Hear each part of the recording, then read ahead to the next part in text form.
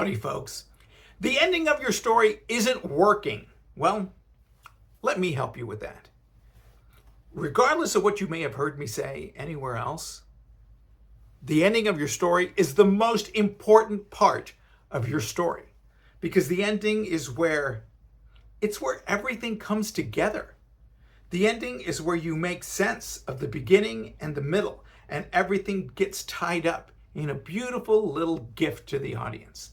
It reveals why this story matters to you, the storyteller, which then lets the audience know why it should matter to them. It's not about telling the audience what they should learn. It's about sharing what you've learned. And also, just for the sake of this, I want to make sure you know I am talking about true personal stories. Stories told live on stage at events like the Moth or Risk, or at our own show, Testify. Be specific and be personal. The more personal your ending is, the more universal the actual story becomes. Let's think about Indiana Jones and the Temple of Doom. Howdy, folks. Look, I am really good with storytelling.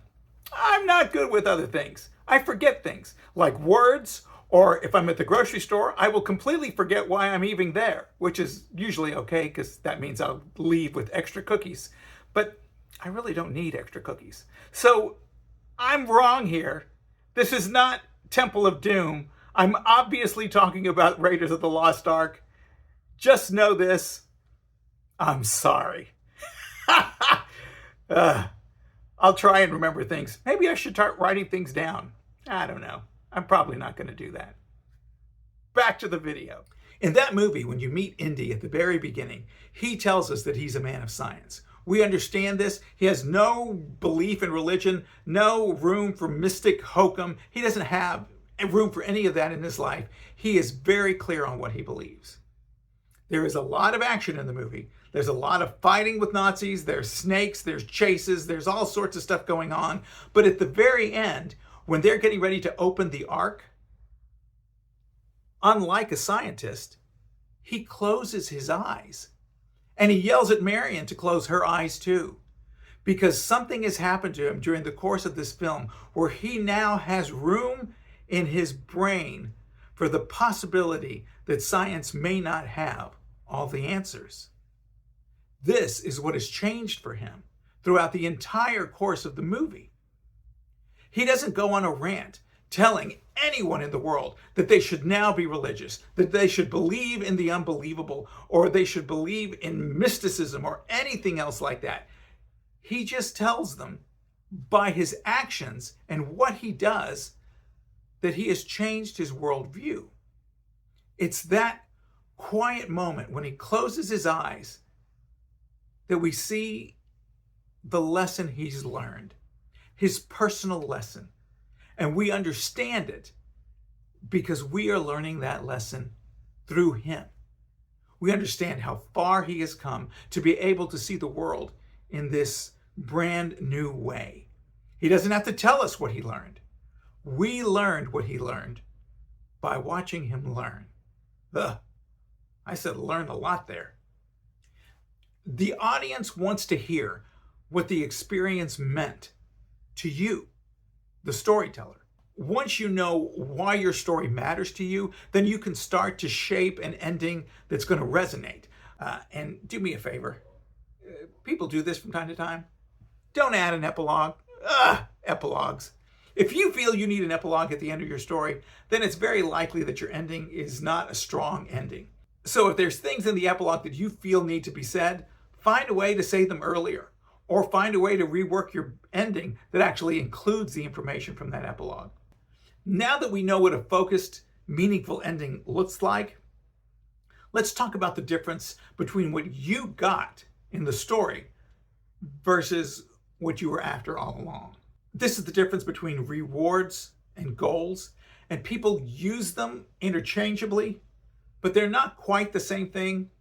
The ending should reveal internal goals, not just the external rewards that you're getting. Endings should reveal an internal transformation, not just surface outcomes. The reward is what you get.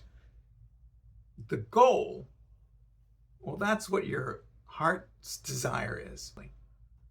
An example of this is, let's say you win the lottery and your reward is millions of dollars. Yay! Millions of dollars. Who doesn't love that?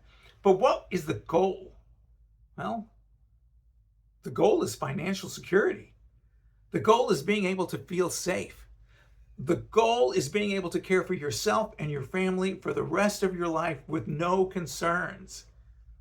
Say you talk about a love story where someone gets married. The reward is the relationship. But what is the goal? The goal is having a deep connection with another human being. The goal is the end of loneliness. The goal is having someone to share your life with. We want to know what you gained or lost inside of you, not just what happened around you. And one of the last things I want you to think about, don't ever tell your audience what they need to learn from your story. Let them make their own meaning from your story. Let them get what they will from the words you've chosen to share with them. If you're clear and you're honest about your transformation, your audience will find what they need in your story. So let's recap a bit. Your ending matters because it's the emotional and narrative landing point for your audience. Endings should reveal the internal goal, the emotional transformation, not just the outcome, and they should never try to control what the audience thinks, feels, or takes away from your story. Keep in mind that when you get to the end of your story, don't tell the audience what to think.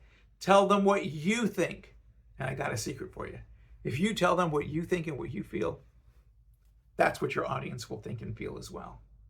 And I guarantee the ending of your story is going to be much, much better. So, how was that? Was this good for you? Did you learn something? Did it help at all? If it did, do me a favor. Go down here somewhere and find the like button and give it a big old boop. That would be wonderful. And if there's something that I talked about that needs more clarification, or you have other comments or questions regarding storytelling, please put them in the comments. I love talking about storytelling. And that's it for now, folks. Adios.